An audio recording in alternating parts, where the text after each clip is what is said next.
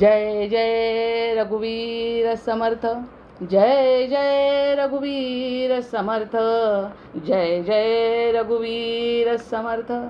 सदा सर्वदा योग तुझा घडावा, तुझे कारणी देह माझा पडावा. उपेक्षू नको गुणवंता अनंता, रघुनायका मागणे हेची आता. हनुमंतांची कुळवल्ली राममंडपा वेला गेली, श्रीराम भक्तीने फळली, रामदास बोले या नामे. शुका सारिखे पूर्ण वैराग्य जाचे, वसिष्ठा परिज्ञान योगेश्वराचे. कवी वाल्मिका सारिखा मान्य ऐसा, नमस्कार माझा सद्गुरु रामदासा. जयाचा जगी जन्म नामार्थ झाला, जयाने सदा वास नामात केला. जयाच्या मुखी सर्वदा नाम कीर्ती, नमस्कार त्या ब्रह्मचैतन्य मूर्ती.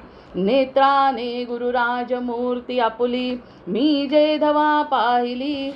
तू विष्णू शिव तूच दैवत मला, तू तात तू माऊली. झाला भाव मनात या मग करू कोणास पाचारण. प्रल्हादा गुरुराजया नित तुम्हा माझे असो वंदन. ऋषिकल्पं रामभक्तं गुरुयज्ञेश्वराभिधं, चतुर्वेदेश्वर प्राणं प्रणमामि पुनः पुनः. जय जय रघुवीर समर्थ.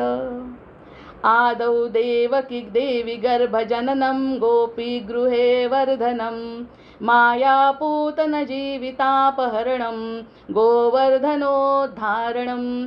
कंसच्छेदन कौरवादिहननं, कुन्तीसुतापालनम्. एतद्भागवतं पुराणकथितं, श्रीकृष्णलीलामृतं.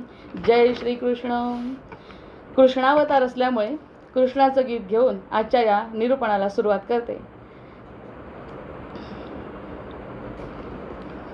कमला कुचचूचुक कुंकुमतो, नियतारुणितातुल नीलतनो. कमलायतलोचन लोकपते, विजयी भव वेङ्कटशैलपते. सचतुर्मुख षण्मुख पञ्चमुख प्रमुखाखिल दैवत मौलिमणे. शरणागत वत्सल सारनिधे, परिपालय मां वृषशैलपते. अतिवेलतया तव दुर्विषहैरनुवेलकृतैरपराधशतैः. भरितं त्वरितं वृषशैलपते, परया कृपया परिपाहि हरे.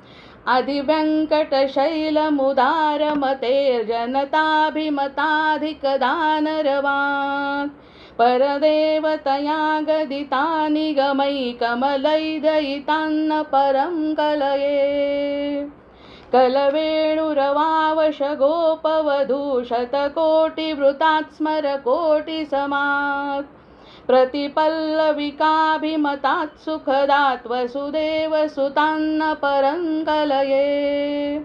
अभिराम गुणाकर दाशरथे, जगदे कधनुर्धर धीरमते. रघुनायक राम रमेश विभो, वरदो भवदेव जया जलधे. अवनीतनया कमनीयकरं, रजनीकर चारुमुखाम्बुरुहं. रजनीचर राजतमोमिहिरं, महनीयमहं रघुनाममये. सुमुखं सुहृदं सुलभं सुखदं, स्वनुजं च सुकायममोघशरम्. अपहाय रघुद्वयमन्यमहं, न कथं च न कञ्चन जातु भजे. विना वेङ्कटेश न नाथो न नाथः, सदा वेङ्कटेश स्मरामि स्मरामि. हरे वेङ्कटेश प्रसीद प्रसीद, प्रियं वेङ्कटेश प्रयच्छ प्रयच्छ. अहं दूरदस्ते पदाम्बोजयुग्मं, प्रणामेक्षया गत्य सेवां करोमि. सत्कृत्सेवया नित्यसेवाफलं त्वं, प्रयच्छ प्रयच्छ प्रभो वेङ्कटेश. अज्ञानानि नामया दोषा, न शेषान् विहितान् हरे क्षमस्वं त्वं शेषशैलशिखामणे। ओम नमो भगवते वासुदेवाय। ओम नमो भगवते वासुदेवाय। ओम नमो भगवते वासुदेवाय। या स्तोत्रामध्ये तसंही असा अर्थ आला आहे की आपण क्षमा मागतोय, आपण सेवा करतोय आणि सेवा करत असताना खरंच ही दुसऱ्यांची सेवा आहे हे जाणून त्या प्रवचनकाराला प्रणाम करून आणि आजच्या भगवंताला प्रणाम करून आजची ही सेवा त्यांच्या चरणी नक्कीच रुजू होईल याची खात्री बाळगते। आणि भगवंताच्या चरणी अतिशय समरस असा भाव असलेलं हे स्तोत्र आहे आणि आजच्या दिवशी हे म्हणताना अतिशय आनंद झाला, कारण त्यातून माझे 2 हेतू साध्य झाले की जे काही माझ्या मनात होतं की आपल्याला जी जास्तीची मिळते ती सेवा, आणि दुसरी गोष्ट भगवंताची सेवा ही रामसेवा, धर्माबद्दल बोलणं, सत्याबद्दल बोलणं तरी एक वेळ सोपं आहे। म्हणजे त्या मानाने विचार केला तर आता हे जे चरित्र वर्णन करायचं आहे त्या वर्णनापेक्षा निश्चित रामचंद्राचं चरित्र बोलायला, कारण त्यांच्या त्या सगळ्या व्यक्तींवरती आपण बोलतो, यशोदा असो, दशरथ असो, आपली कौसल्या असो, या सगळ्या गोष्टींवर बोलत असताना आपण त्यांच्याशी स्वतः संबंध जोडू शकतो। पण आता हा पूर्णावतार जो भगवंत आहे त्या भगवंताचं चरित्र जर सांगायचं असेल आपल्याला तर अगदी वेगळ्या पद्धतीची विचारसरणी आपली आवश्यक आहे। आणि त्या विचारणीसाठी बघा आज असा आहे, दशमीचा दिवस आहे, उद्या एकादशी आहे। दशमी आणि एकादशी या दोन्ही दिवशी आपल्याला प्रवचन सेवा मिळालेली आहे, हे पण एक भाग्य आहे। आणि 10 जूनला महाराज म्हणतात आहे आज आपला व्यवहार किती साम्य आहे सगळ्या गोष्टींमध्ये। मी विचार करते आपला व्यवहार किंवा परमार्थ, आपला व्यवहार असो किंवा परमार्थ जो घडतो तो सर्व त्याच्या इच्छेने घडतो, हे आपल्या गोंदवलेकर महाराजांच्या चरित्राचं आजचं हे सार आहे। दशमी आणि एकादशीच्या दिवशी अर्थात दिवस सगळे सारखे असतात, पण आपण जेव्हा आपण रामचंद्रांचा विचार केला तेव्हा सूर्य या ग्रहाबद्दल बोललो, नक्षत्रांचा त्या ठिकाणी विचार केला नाही। आता नक्षत्र ह्या बारीक बारीक गोष्टी माझ्या आजच्या निरूपणावरून सांगते, कारण कृष्ण आणि नक्षत्र याचा अगदी जवळचा संबंध आहे। सूर्य कसा कला नाही आहे त्याला, त्यामुळे कलेनी नसल्यामुळे त्या सूर्याचा ग्रह म्हणून आत्म्याचा कारक असल्यामुळे आत्मा आणि सूर्य ज्ञानस्वरूप आहेत। त्या ज्ञानस्वरूप असल्यामुळे त्याचा प्रकाश आपल्या जीवनामध्ये ज्ञान प्रगट करू शकतो आणि मग रामचंद्र आपल्या हृदयामध्ये प्रगट होतच असतात। वेगवेगळे प्रकार आहेत। आता बघा आजची दशमी आहे, उद्याची एकादशी आहे आणि आजचं जे नक्षत्र आहे ते नक्षत्र आहे उत्तरा भाद्रपदा नक्षत्र आहे आजचं। तर उत्तरा भाद्रपदा नक्षत्राचं वैशिष्ट्य असं आहे, धीर शांत क्षमायुक्त सत्यवादी जितेंद्रिय। नक्षत्रच कसं आहे बघा आजचं, धीर शांत क्षमायुक्त सत्यवादी जितेंद्रिय उत्तरा भाद्रपदा जातो धर्म मार्गे प्रवर्तते। जय जय रघुवीर समर्थ। आजच्या दिवशी ज्याची जी इच्छा आहे ती पूर्ण होते, कारण ते धीर असं नक्षत्र आहे, शांत असं नक्षत्र आहे, क्षमायुक्त असं नक्षत्र आहे, सत्यवादी नक्षत्र आहे आणि जितेंद्रिय आहे, इंद्रियांवर विजय मिळणारे। म्हणजे जे लोक साधू संत असतील त्या नक्षत्रांचा अभ्यास करून जर त्यांनी अशा प्रकारची साधना केली तर त्यांना त्या दिवशी अशा प्रकारचं उत्तरा भाद्रपदाचं फळ मिळतं। त्यातले त्यात दशमी, त्यातले त्यात एकादशी आणि सगळ्या नक्षत्रांचा विचार कृष्णचरित्रामध्ये आवश्यक आहे, जो रामचरित्रामध्ये आपला केला गेला नाही। आता रोहिणी नक्षत्रामध्ये थोडक्यात सांगते, पुढे रोहिणीचं व्यवस्थित सांगते। रोहिणी नक्षत्र जे कृष्णाचं नक्षत्र आहे ते कृष्णाचं माधुर्य सांगणार आहे। पुष्य नक्षत्र जे असतं ते गुरुतत्व सांगणार आहे आणि उत्तरा भाद्रपदा हे जे आजचं नक्षत्र आहे ते वैराग्य आणि अंतर्मुखता देणारं आहे। म्हणजे हा जो योग आहे तो साधा योग निश्चितच नाही आहे। गंभीरम सागरम यद्वत् शांतम चंद्रप्रभामिव उत्तरा भाद्रपदम नक्षत्रम ज्ञान वैराग्यवर्धनम। हे काहीही मनाचं सांगत नाही, शोध घेतला तर सगळं सापडतं। गंभीर आहे, अतिशय गंभीर असं नक्षत्र आहे।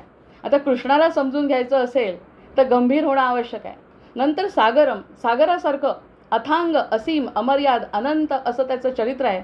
ते चरित्र समजून घेण्यासाठी पुन्हा गंभीर होणं आवश्यक आहे, शांत होणं आवश्यक आहे। चंद्रप्रभामिव, चंद्राची जशी प्रवाह असते शांत शीतल, त्या शीतल प्रवाहाप्रमाणे आपल्यामध्ये तो शीतलता देतो। उत्तरा भाद्रपदम नक्षत्रम, हे जे उत्तरा भाद्रपद नक्षत्र आहे ते ज्ञान वैराग्य वर्धनम, त्या दिवशी ज्ञान वैराग्याचं वर्धन होतं।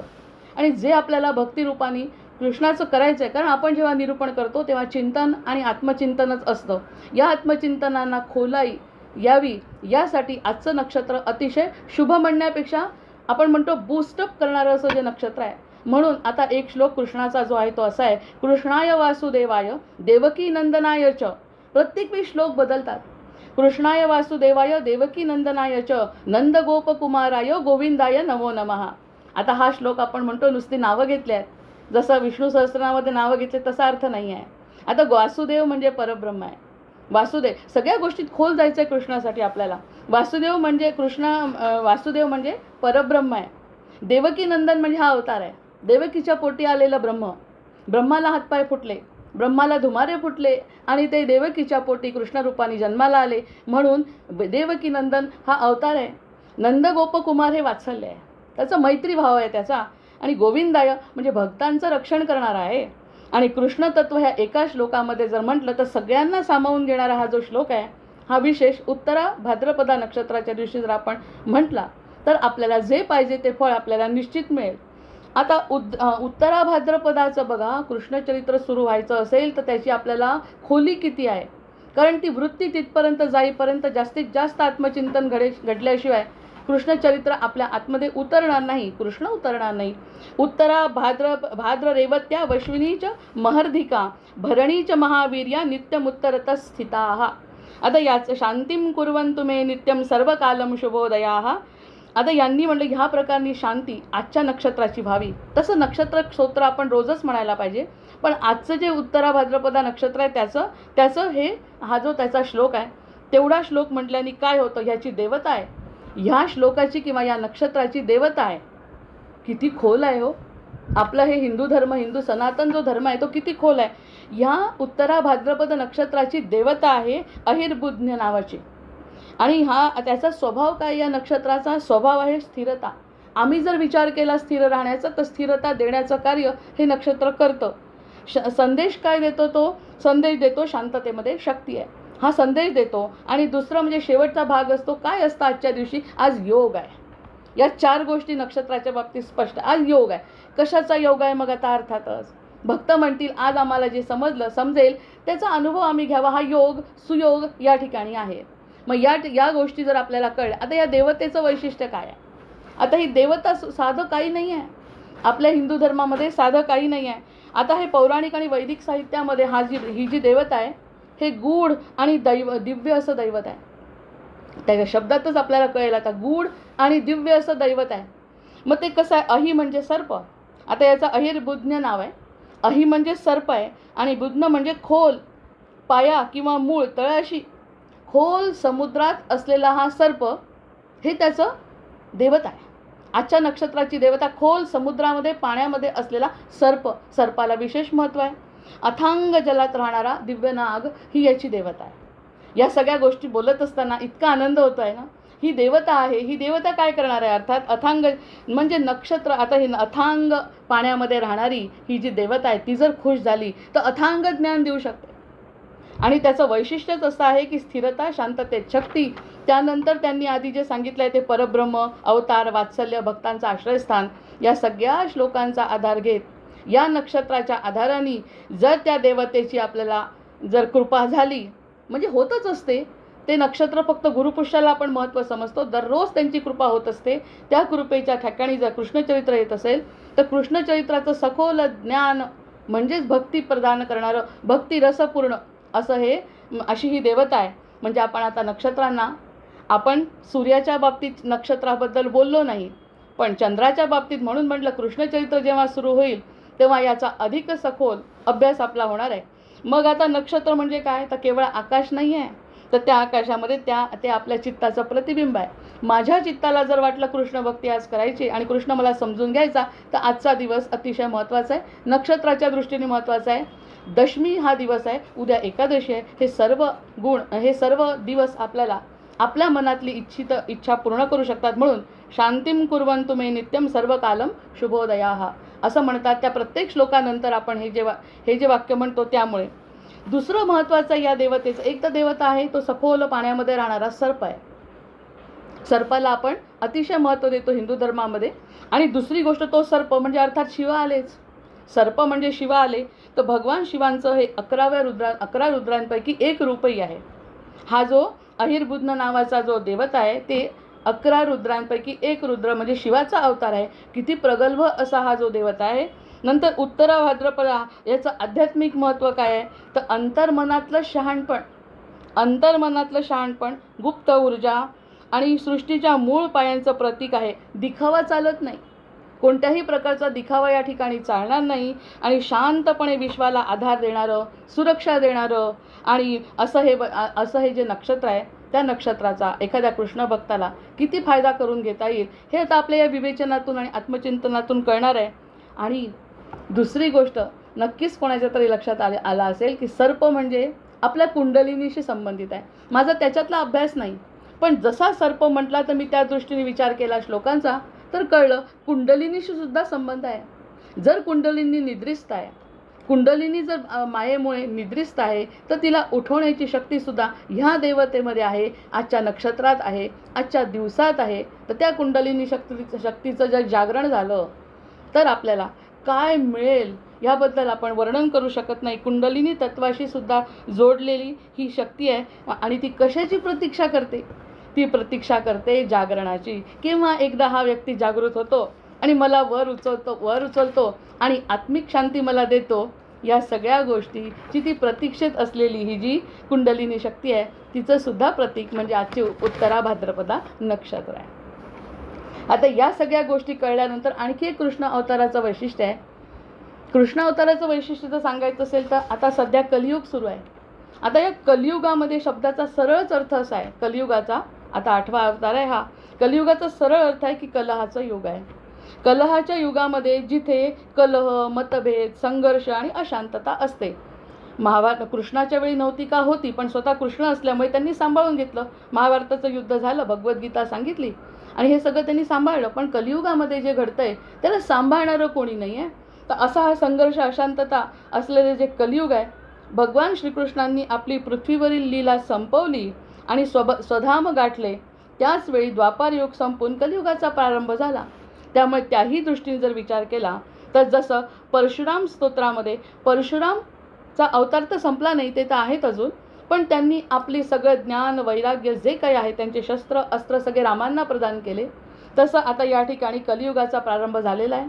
आणि कलियुगाचा प्रारंभ झालेला किती वर्षांचा आहे आणि त्यामध्ये श्रीकृष्ण अवतार संपून कलियुगाचा प्रारंभ झाला.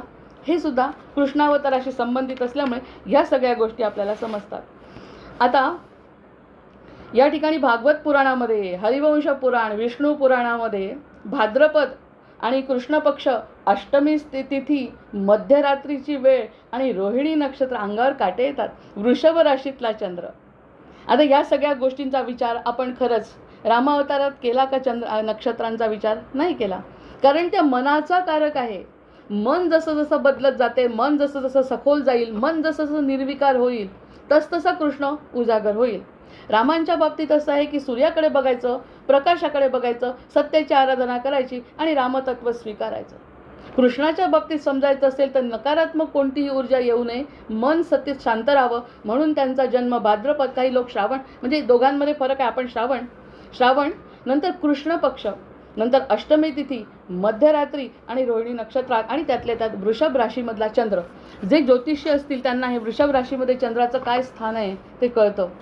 आता ततोखिल जगत्पदम बोधायाच्युतभानुना देवक्याम देवरूपिण्याम विष्णू सर्वगुहाशयः.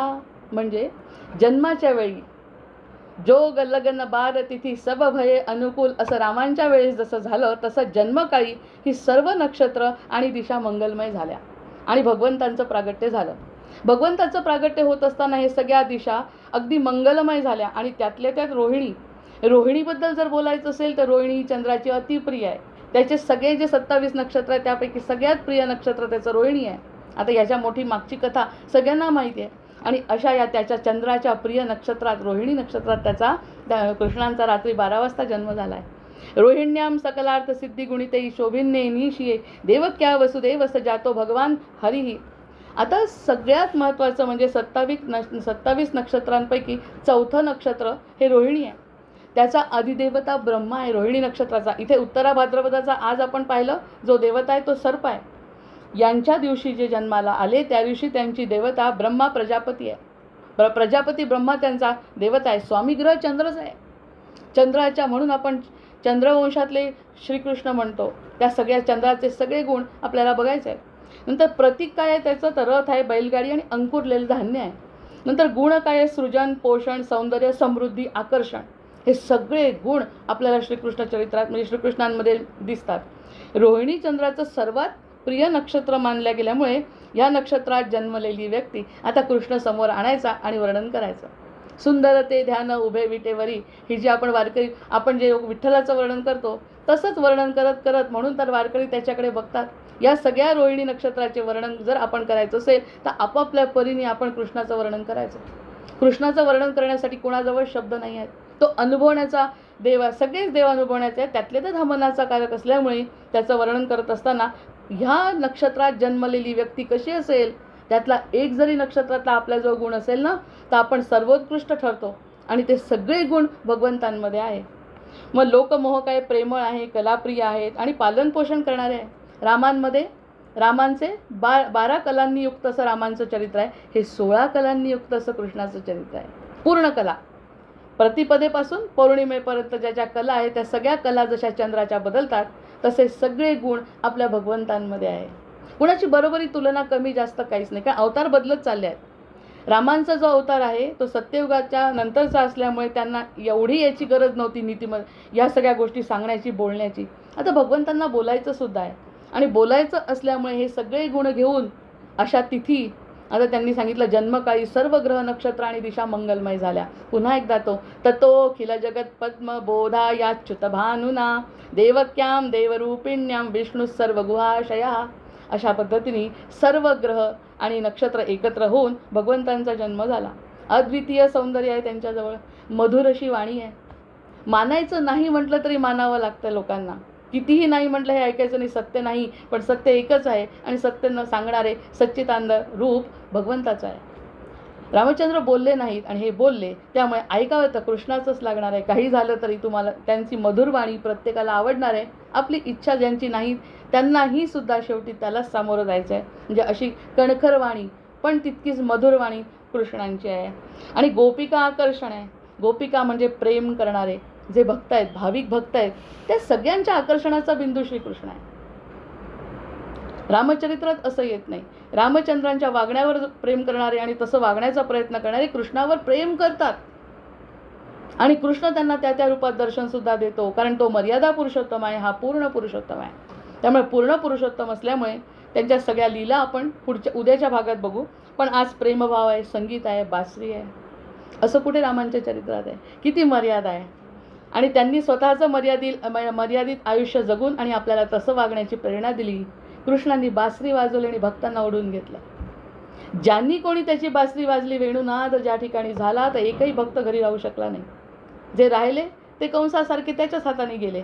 तरीही तो सुद्धा त्यांचाच जप करतच गेला. म्हणजे मारलं सुद्धा कृष्णांनी. म्हणजे त्याच्या हातून त्याच्यावर प्रेम करणारे असो किंवा त्यांच्यावर प्रेम करणारे नसो, सगळे त्याला सारखेच आहे. मग त्यांचा जो प्रेमभाव, संगीत, लोकसंघटन, किती लोकसंघटन आहे, किती लोक त्याच्या मागे आहे, हे सगळं चरित्र आपण बघतो. तेव्हा रोहिणी आणि कृष्ण म्हणजे काय माता, की रोहिणी म्हणजे वाढवणारी. रोहिणी नक्षत्र म्हणजे वाढवणारं, पोषण करणारं, फुलवणारं. आणि श्रीकृष्णांनी धर्माचं पुनरुज्जीवन केलं, हे रोहिणी नक्षत्राचं वैशिष्ट्य आहे. आपण नवग्रह आणि दशावतार बघतोय, त्यामुळे त्याचा संबंध, कारण प्रत्येक वेळी चरित्र बदलणार आहे. गोष्टी रूपाने सांगायचं आहे, भागवत रूपाने सांगायचं आहे, लीला रूपाने सांगायचं आहे. या पद्धतीने कृष्णचरित्र बदलते. आपण ग्रह आणि नवग्रह आणि अवतार या संदर्भात सांगत असल्यामुळे हे जे रोहिणी नक्षत्र आहे त्यांनी बरोबर धर्माचं पुनरुज्जीवन केलं. एवढा मोठा महाभारतासारखं युद्ध घडवणं हे काही सोपं इच्छा नव्हती त्यांची, पण हे सगळं करावं लागलं. आधार घेतला आहे रोहिणी नक्षत्राचा. त्यामध्ये जन्म झाल्यामुळे त्यांनी ते करण्याचं धाडस केलं, दाखवलं. आणि त्याप्रमाणे त्यांनी सांगितलं की यदा यदा ही धर्मस्य ग्लानिर्भवति भारत, जेव्हा जेव्हा ग्लानी येते त्यावेळी मला अवतार घ्यावा लागतो आणि कितीही हानी झाली तरीसुद्धा मी महाभारत घडवतो आणि चांगल्या लोकांना आश्रय देतो. हे रोहिणी नक्षत्राचं वैशिष्ट्य आहे. त्यांनी भक्तीचा विस्तार केला, अर्थातच वेणू वाजवला आणि भक्तीचा विस्तार केला. गोकुळ आणि वृंदावनाचं पोषण केलं. त्याच्यावरती अत्याचार होते ते थांबवले. अर्जुनाला ज्ञान दिलं. या 4 गोष्टी तर खूप महत्त्वाच्या आहे. आपण अर्जुनाला म्हणतो ना, अर्जुनाला निमित्त केलं, हे त्याचं भाग्य आहे. हे आपल्याला समजलं तर आपलं सद्भाग्य आहे. अशा प्रकारांनी कृष्णाने अर्जुनाला ज्ञान दिलं, म्हणजे सगळ्या जगाला ज्ञान दिलं. वसुदेव सुतं देवं कंसचाणूरमर्दनं देवकी परमानंदम कृष्णं वंदे जगद्गुरुम. श्लोक बदलतात, प्रत्येक वेळी श्लोक बदलतात. त्या शब्दांनी त्या भावनेप्रमाणे जर श्लोक बदलला तर त्याप्रमाणे ती अनुभूती ते देतात. म्हणून काही लोक, काही आचार्य जे आहेत, आता आपण जुन्या काळी काही आचार्य जवळून पाहिले आहेत, म्हणजे माझे आजोबा स्वतः भागवत सांगत असल्यामुळे त्यांच्या ओव्या कथा ऐकल्या आहेत.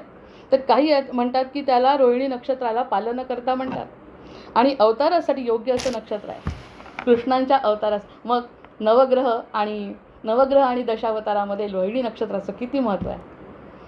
रोहिणी नक्षत्र समुद्भूतं नीलमेघनिभं हरिं वंदे नंदगृहे जातं देवकी नंदनं विभुम. रोहिणी नक्षत्रावर प्रगट झालेलं हे बालक, रोहिणी नक्षत्रावर प्रगट झालेले बालक नीलमेघासारखा श्यामवर्णी नंदगृहात वाढलेल्या देवकीनंदन श्रीहरींना मी वंदन करतो. आता मला कळलं की रोहिणी नक्षत्राचं वैशिष्ट्य काय आहे आणि त्या वैशिष्ट्याप्रमाणे भगवंतांचा जन्म झाला. आपण जसं प्रारब्धाप्रमाणे जन्म घेतो, आपलं जसं प्रारब्ध आहे त्याप्रमाणे आपल्याला आपलं जीवन मिळतं, तसं कर्तव्य करण्यासाठी त्या नक्षत्रावरती ती महान व्यक्ती जन्माला येते. म्हणून अशा नंदगृहात वाढलेल्या देवकीनंदन श्रीहरींना मी नमन करतो. याकडे चरित्र म्हणण्यापेक्षा, गोष्टी रूपाने बघण्यापेक्षा आता त्या एका सखोल गोष्टीचा विचार करू. श्रीकृष्ण जन्म रोहिणी नक्षत्र, अष्टमी तिथी, मध्यरात्र आणि वृषभस्थ चंद्र. भागवतामध्ये म्हणले 10, 3, 1. मी श्लोक लिहून घेतले त्यासाठी. अथ सर्वगुणोपेत काल परमशोभनः यर्हे वाजन जन्मक्षम शांतक्षर ग्रहतारकम. म्हणजे भगवंतांच्या अवतारांसाठी सर्व गुणांनी युक्त असा अत्यंत शुभ काल आला होता. त्यावेळी नक्षत्र, ग्रह आणि तारे सर्व शांत आणि मंगलमय होते. हे किती आवश्यक आहे. नाही तर आपल्याला ग्रह नक्षत्रांची शांती लागते. ज्या व्यक्तीला शांती असते त्यावेळी ते सगळं चुकीचं घडत जातं. शांती जर केली नाही नक्षत्राची तर त्याच्या आयुष्यामध्ये काय घडतात हे आपण स्वतः अनुभवलेलं आहे. त्यामुळे शुभ नक्षत्र आणि अशुभ नक्षत्र बघणं आवश्यक आहे. ह्यांचे तर सगळे नक्षत्र भागवतामध्ये वर्णन करायचं म्हणजे भागवत म्हणजे कृष्णच आहे. भागवतामध्ये वर्णन करताना भागवतकार थकत नाहीत, व्यास थकले नाहीत आणि त्यांना जी परमशांती मिळाली भागवतामुळे ती 18 पुराणांमुळे मिळाली नाही. त्याचंही एक कारण असं आहे की सगळे शुभकाल, सगळे शुभयोग, सगळे ग्रह नक्षत्र सगळे अगदी शुभ आणि मंगलमय झाले.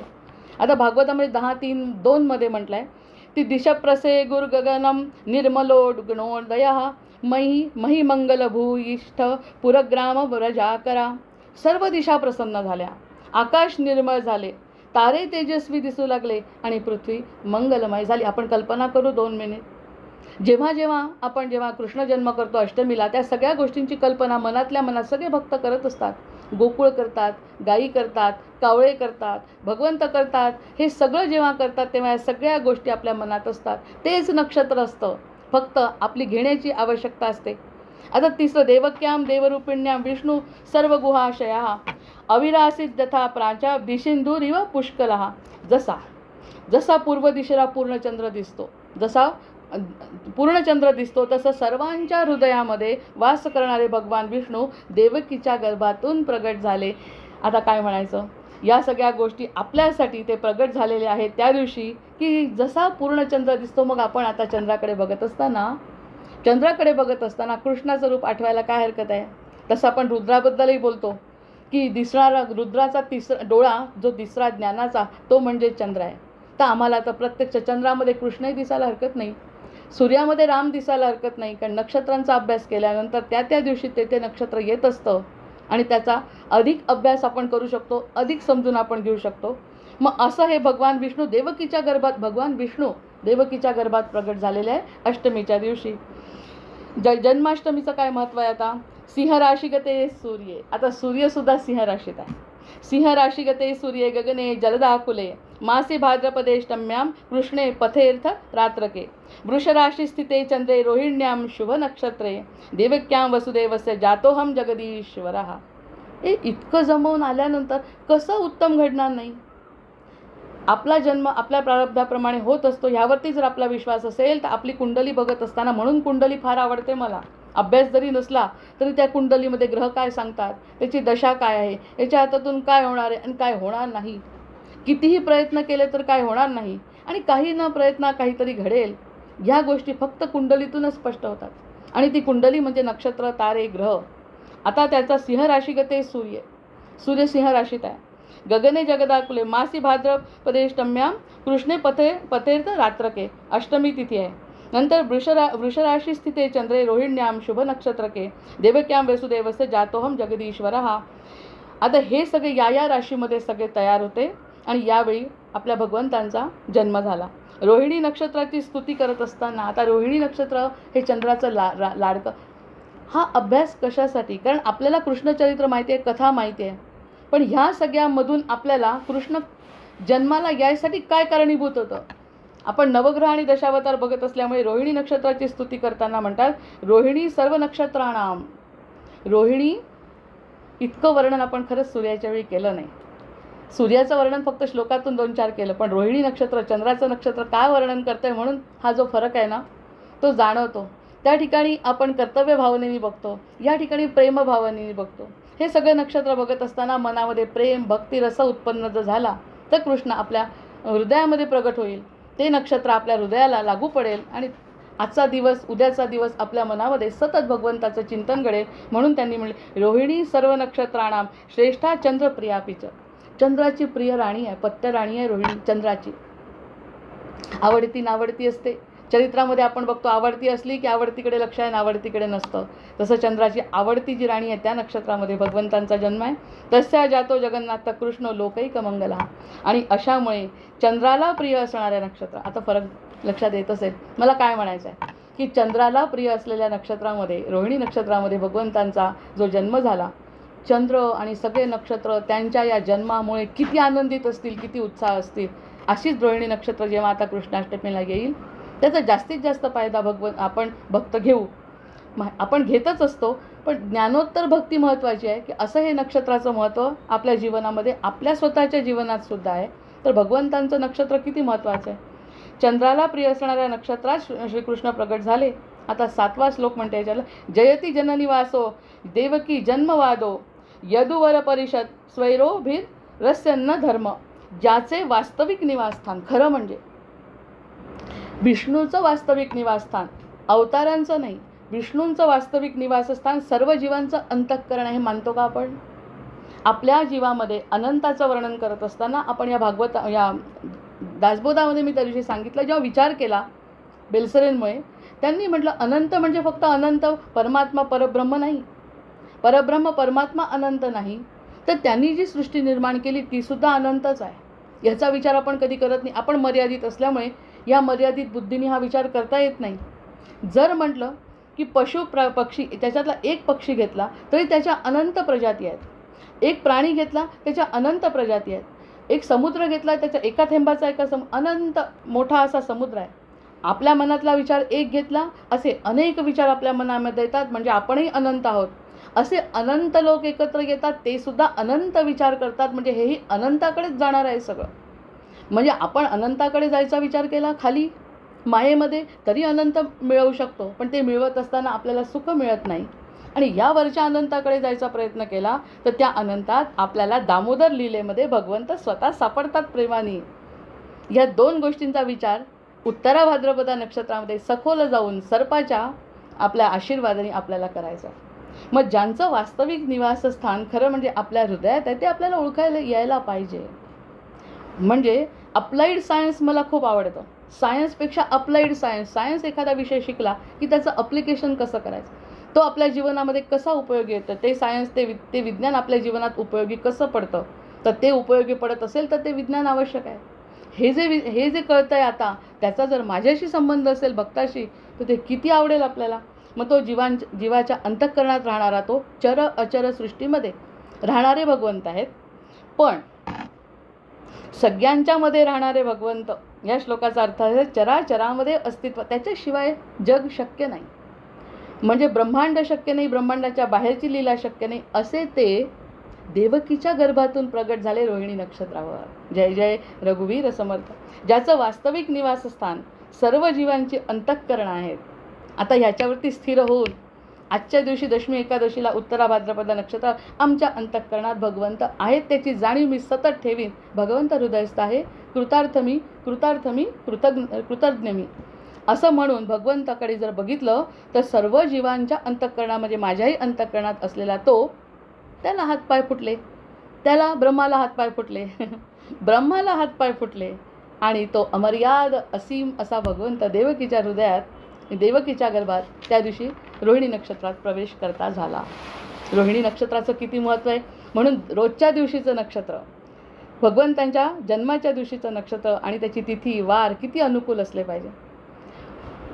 मग आता या ठिकाणी म्हटलं आहे, आता पराशीय दृष्टीने जर विचार केला, पराशीय म्हणजे पराशीय दृष्टिकोन जो आहे आपल्या भविष्याचा, पराशर ऋषी, त्यांचा काळ होता, कोणता काळ होता त्यांचा, अष्टमीची रात्र होती. हे सगळं आपल्याला माहिती आहे.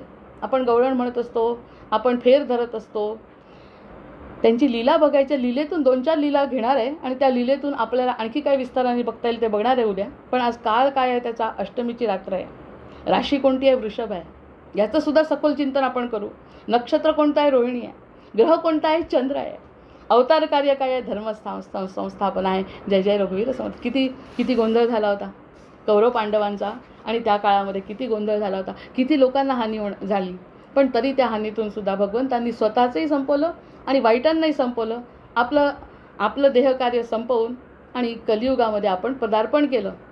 मग हा जर एकत्रित विचार केला या सगळ्या गोष्टींचा, की काळ अष्टमीची रात्र आहे, राशी वृषभ आहे, नक्षत्र रोहिणी आहे, ग्रह चंद्र आहे आणि अवतार कार्य धर्म संस्थापनेचा, या 5ही गोष्टींचा जर विचार केला तर कृष्ण जन्मयोग ह्यावरती आपण आज एक्स्ट्रा मिळालं आहे बोलायला. कृष्ण जन्मयोग ही केवळ ग्रहस्थिती नाही, फक्त ग्रहस्थिती आहे का ही? आत्ता कळायला लागलं ती ग्रहस्थिती नाही, तर विश्वव्यापी आध्यात्मिक संकेत वाटतो.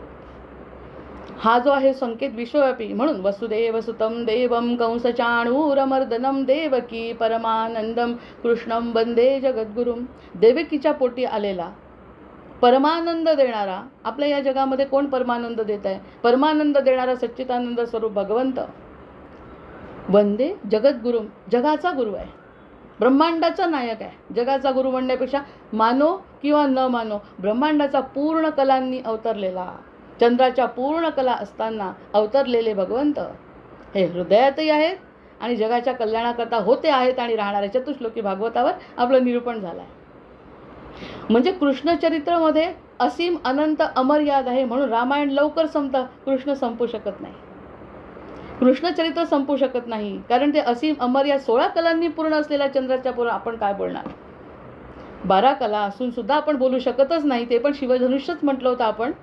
पण कृष्ण म्हणजे अधिकस्य अधिकम, म्हणजे असीम अनंत. देणारा अनंत आहे, घेणारा अनंत असला तरच समजणार आहे. घेणारा अनंत असेल तरच अनंताचं दर्शन घडणार, असा जो चरित्र आहे. ते चरित्र त्याच्यासारखं वागायचं नाही आहे, त्याच्यासारखं त्यांनी सांगितलेलं ऐकायचं आहे. तो पूर्ण कला. आता तर कलियुगामधला जो जे भगवंत येत आहेत ते याच्याही पुढची स्टेप आहे म्हणतात. त्याच्याबद्दल आपण शेवटच्या दिवशी वर्णन करू. आता चंद्रवंशामध्ये जन्म झाला, त्यांचा सूर्यवंशामध्ये आपण ग्रह तारे आणि संबंध याचाच संबंध जोडत असल्यामुळे श्रीराम सूर्यवंश तेज, शिस्त आणि मर्यादा बरोबरी करायची नाही. फरक जाणवला पाहिजे. आज बोलण्यात सुद्धा फरक आहे. रामांच्या वेळी बोलत असतानाचा फरक आहे, कृष्णाच्या वेळी आवरत नाही आहे बोलणं, शब्द आवरत नाही, ते लिहून ठेवले 2-4 श्लोक म्हणून त्याचा आधार घेते. प्रत्यक्षात कृष्णावर बोलणं म्हणजे आवरताच येत नाही कोणाला, कोणत्याच वक्त्याला आवरता येणार नाही, कारण आतले जे विचार आहेत ते सांगता येत नाही. मग श्रीरामांबद्दल बोलत असताना सांगितलं हे ते. आता जो सूर्यवंश तेज आणि शिस्त मर्यादा छान आपण रामायण पूर्ण करू शकतो.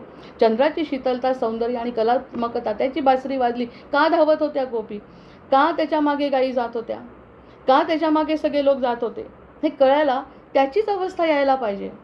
एका गोपीची अवस्था आपली जर झाली तर त्यांनाच ते समजेल. आणि गोपींनी जन्मच त्यासाठी घेतला. मागच्या जन्मी काय असतील त्यांनी, नंतर झाडांच्या रूपाने कोणी त्यांच्या काळात जन्म घेतला की झाडांना तरी आपल्या भगवंताचं दर्शन घडू दे, अशी लीला आहे. ही फार मोठी लीला आहे भगवंतांची. त्यामुळे त्यांनी चंद्राची शीतलता, शांतपणे मनाचा कारक, मन प्रसन्न आहे. आत्म्याला प्रसन्न करणं थोडं कठीण आहे. आत्म्यापर्यंत जातच नाही ना, आत्म्यापर्यंत जात नाही म्हणून सूर्यापासून तेज घेतलं आहे भगवंतांनी, चंद्राने सूर्यापासून. सूर्य सगळ्यांना सांभाळतो, याबद्दल आपण चर्चा केली. राम काय आहेत आणि ज्यांच्या याच्यात जन्म झाला सूर्याच्या, त्या सूर्यापासून घेतलेलं तेज आहे भगवंतांचं. तरी 16 कलांनी पूर्ण असलेला जो चंद्र आहे त्या चंद्रवंशात जन्म आहे. म्हणजे मिळाली जी काही पर्वणी आहे ती सूर्याकडूनच मिळाली आहे, ती आत्म्याचा कारक आहे. आत्म्यापर्यंत सहसा भक्त जाऊ शकत नाही.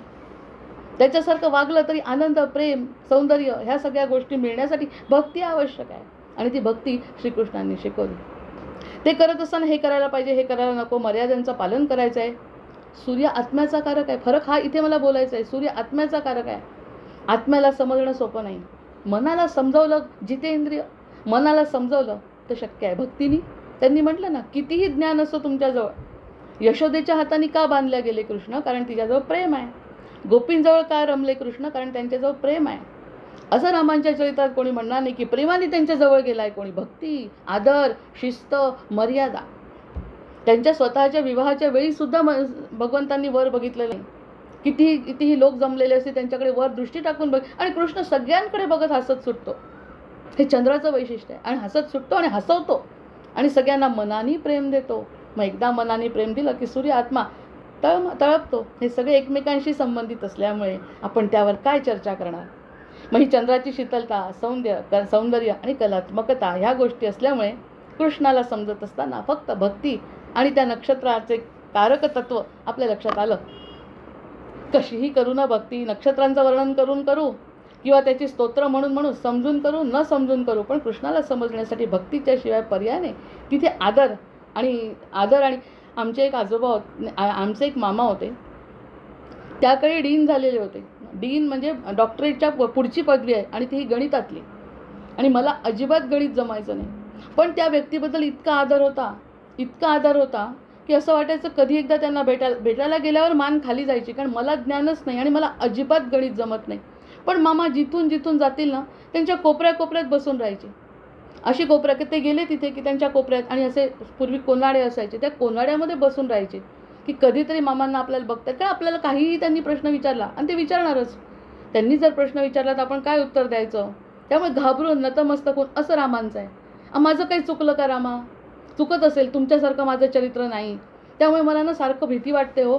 चुकलं, तुम्ही करता, दयानिधी आहात, सगळं काही तुम्ही करता, पण माझं चुकतं ना, मी काय करू त्याला. मी कमी आहे मला जाणवते रामांच्या समोर कमतरता जाणवते. शिस्त, मर्यादा, धर्म, सत्य रामचरित्र आहे, त्यांच्यासमोर रामांच्या समोर जाणं कठीण आहे. असं कोपऱ्यात बसायचं. रामांचं लक्ष गेलं, अरे चांगलं आहे सगळं, मी करतोय क्षमा, प्रत्येकाला करतो क्षमा, असं ते राम म्हणता. हा त्यांचा मोठेपणा आहे. पण आपला बालकृष्ण असा आहे, सगळ्यांकडे बघून हसतो. आम्हाला असं वाटतच नाही की कोपऱ्यात बसावं, असं वाटतं सरळ त्याच्यासमोर जाऊन आपली जी काही गोष्ट आहे ती सांगावी, आणि तो त्याचं उत्तर देणार आहे. कारण तो मला भीती नाही वाटत. त्याची मनाचा कारक आहे, हा आत्म्याचा कारक आहे. ह्या दोन गोष्टींचा जर फरक, ती गंभीरता आहे आणि हे चापल्य आहे. हे बाळकृष्ण रूपाकडे बघितलं, कोणत्याही रूपाकडे बघितलं तरी असं वाटतं की आपल्याला ते क्षमा करणारं रूप आहे. त्यांच्या चेहऱ्याकडे बघितल्यानंतर ते मिश्किल आहे आणि कोणत्याही दोषाचं निवारण करणारे वाटतात. हेही करतात, पण यांच्यासमोर जाण्याची हिंमत होत नाही, कारण सत्य धर्म आहे.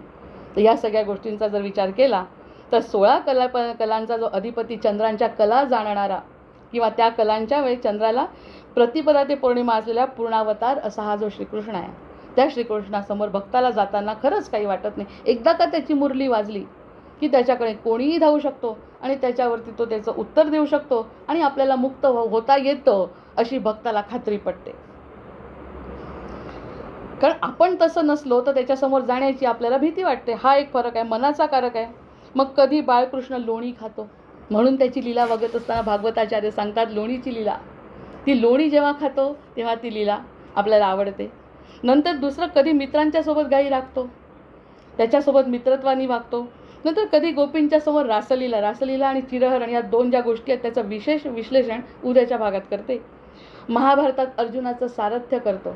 अर्जुनाला असं वाटलं की आपण मग भगवंतांच्या समोर म्हणजे मला हे करायचंच नाही हे सांगू शकला. मी जर रामांच्या जवळ गेली आणि रामांना सांगेन मी हे करत नाही, असं म्हणू शकणार नाही. कृष्णाला किती वेळ लागला अर्जुनाला समजायला, आणि तेवढं त्यांनी समजवलं आहे. आणि तरीसुद्धा अर्जुनाला स्वर्गारोहणाला त्यांनी मार्ग दिला. याच्यातून आपल्याला असं वाटतं कृष्ण सगळ्यांचा आहे, तोही आहे, हाही आहे, पण हा आपुलकीने आपण त्याच्यात बिनधास्तपणे काही सांगू शकतो, कारण तो सगळं जाणतो. मर्यादेत राहायचं आहे वगैरे असं जे नसतं कधी कधी, ते आपण त्याच्याजवळ सांगू शकतो. काहीतरी चुकलंय, क्षमा कर भगवंता.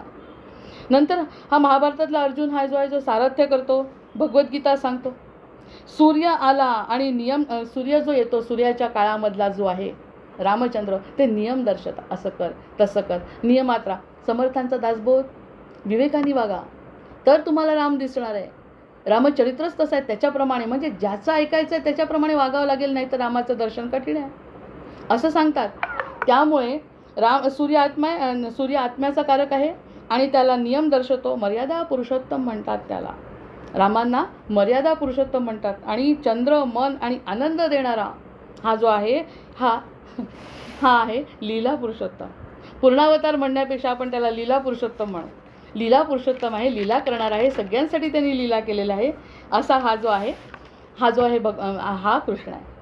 आता यामध्ये एक स्वतःचे असे श्लोक लिहिण्याचा प्रयत्न केला, कारण श्रीकृष्ण आपला आहे. श्रीकृष्णाला क्षमा करता येते, करेल मला तो क्षमा. त्यामुळे एक स्वरचित त्याच्यासाठी एक श्लोक लिहिला मी, जो वाचते. शशिना शीतल कांती कृष्णस्य करुणा तथा. रामाच्या बाबतीत हिंमत नाही केली त्या दिवशी लिहायची, भीती वाटते, मर्यादा आहे. आता या ठिकाणी शशिना शीतल कांती कृष्णस्य करुणा तथा. आता इथे जे मोठे बसलेले आहेत ना, त्यांनी ह्याच्यावरती मला सांगावं, चुकलं असेल तर क्षमा असावी. शशिना शीतल कांती कृष्णस्य करुणा तथा एक प्रकाशये दात्रीम एको हृदयम प्रकाशयेत.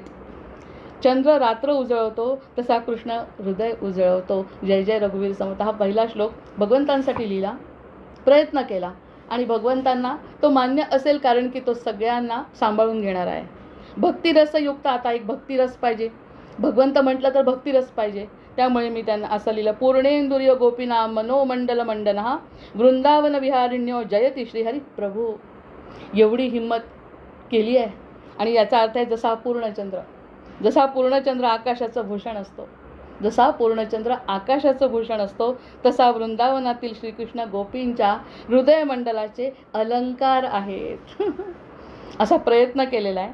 प्रयत्न करत असताना भगवंताला तो समर्पित आहे. अर्थातच चुका केल्या हे आमचा स्वभाव आहे, चुका करणं हा आमचा स्वभाव आहे. पण भगवंताला जर त्या अर्पण केल्या तर त्याचंसुद्धा सोनं होतं. कारण आजचं नक्षत्र, आजची तिथी, आजचा वार आणि मिळालेली ही जी संधी आहे, ती संधी निश्चितच एक्स्ट्रा मिळाली आहे. अधिकस्य अधिकम फलम. नाही तर हे आपल्याला चरित्र उद्या म्हणजे माझं चरित्राचं गायन उद्या होणार आहे, पण आज त्याची जी सुरुवात, नक्षत्राची शांती व्हावी अशी कदाचित भगवंताची इच्छा असेल. कारण आपला व्यवहार परमार्थ घडतो, तो सर्व त्याच्या इच्छेने चालतो, असं गोंदावलेकर महाराजांचं आजचं प्रवचन आहे. आता शेवटी यांच्यावरती एक महत्त्वाच्या गोष्टीतला फरक सांगते. मला वाटतं वेळ आहे. चंद्राचं वैशिष्ट्य काय आहे? चंद्राचं वैशिष्ट्य आहे शीतलता, आनंद देणं. चंद्र मनाला शांती देतो, आल्हाद देतो. चंद्र याचं वैशिष्ट्य आहे. श्रीकृष्णाचं जीवनचरित्र कसं आहे? आनंदगन, आनंदाचं मूर्तिमंत रूप, बासरी, रासलीला, बालपण, सोऱ्या, आनंद आणि प्रेम देणार आहे सगळं. जसं चंद्राचं वैशिष्ट्य आहे तसंच भगवंतांचं आहे. दुसरं, चंद्राचं वैशिष्ट्य आहे स्थित्यंतर आणि लवचिकता. स्थित्यंतर घडत असतात. कलेने चंद्र वाढतो, कलेने चंद्र कमी होतो. लवचिक आहे. सूर्यासारखा एक कल्ली नाही आहे, तर त्याचं काय लीलाधारी आहेत म्हणून हे लीलाधारी लवचिक आहे. बदलतात आपले स्वतः. श्रीकृष्ण कधीही एका चौकटीत राहिले नाही. परिस्थितीनुसार भूमिका लोणी खाणारा, गोपिकांचा सखा आणि मुत्सद्दी रणनीतिकार असा हा जो कृष्ण आहे, तो रामांपेक्षा वेगळाच आहे की नाही. म्हणून तो स्थित्यंतर आणि लवचिकता दाखवणारा जो चंद्र आहे त्याचा कारक आहे. म्हणजे चंद्र त्याचा कारक आहे दाखवणारा. आपण आपला अभ्यास तसा करायला पाहिजे. आणि तिसरं, सगळ्यात महत्त्वाचं जे वैशिष्ट्य आहे चंद्राचं, आपल्याला आता असीम, अनंत, अमर्यादे शब्द वापरायचे असतील तर फक्त आपण समुद्राबद्दल वापरतो. जास्तीत जास्त समुद्राबद्दल, आकाशी अथांग आहे पण त्याच्याबद्दल आपण तसं म्हणत नाही. समुद्राबद्दल, आणि समुद्राचा संबंध चंद्राशी आहे. समुद्राचा चंद्राशी संबंध आहे हे तर निश्चितच आहे, सगळ्यांना माहिती आहे. तर समुद्रावर नियंत्रण चंद्राचं आहे. चंद्रामुळे भरती ओहोटी येते, हे त्याचं वैशिष्ट्य तिसरं भगवंतांनी ओढलं आहे असं मला वाटतं, की समुद्रावर नियंत्रण चंद्राच्या गुरुत्वाकर्षण शक्तीने. आता काय बोलायला पाहिजे याच्यावर? सगळे मोठे आहेत, सगळ्यांना समजलं. द्वारकाधीश कसा आहे? सगळ्यांच्या मनावर नियंत्रण करणार आहे, हृदयावर नियंत्रण करणार आहे. आणि नुसतं असं म्हणण्यावर माझा विश्वास नाही. तर मी पाहिलं, आता जे पुरीला जायचं आहे, द्वारकाधीश कुठे आहे? समुद्राच्या मध्यभागी बसले आहे. जय जय रघुवीर समर्थ. समुद्राच्या मध्यभागी बसून समुद्रावरती नियंत्रण करतात असं वाटतं. म्हणजे चंद्राचं जसं नियंत्रण समुद्रावर आहे, तसं भक्तांवर सुद्धा नियंत्रण करणारे द्वारकाधीश समुद्रात आहेत. जय जय रघुवीर समर्थ. या सगळ्या गोष्टी की नाही आपल्या मनाला वाटतात तसं आपण निरूपणकार किंवा वक्ता चर्चा करत असतो. त्या चर्चेने आनंद मिळतो हे निश्चितच आहे. चुकलेलं असेल तर आपले सद्गुरू आपल्याला क्षमा करतात. आणि शेवटी आता आपल्या या एका सप्तश्लोकी पुरुषोत्तम स्तोत्राने याची सांगता करते आणि थांबते. नमः पुरुषोत्तमाख्याय नमस्ते विश्वभावन नमस्ते ऋषिकेश महापुरुष पूर्वज. याचा अर्थ असा आहे, पुरुषोत्तम नावानं प्रसिद्ध असणाऱ्या या पुरुषोत्तमाला मी नमस्कार करते. आजची आपला बेस तयार झाला. हे ऋषिकेश आहेत. हे ऋषिकेश म्हणजे इंद्रियांचे स्वामी आहेत, आदिपुरुष आहेत, सर्वश्रेष्ठ पुरुषांचंही मूळ. आता हे सगळ्याचा अर्थ सांगत नाही, पहिला सांगितला की ज्यांचं इंद्रियांवर नियंत्रण असलेले हे ऋषिकेश, त्यांना माझा नमस्कार असो. आजच्या दिवशी उत्तरा भाद्रपदा नक्षत्राच्या दिवशी दशमी तिथीला त्यांना मी नमस्कार करते.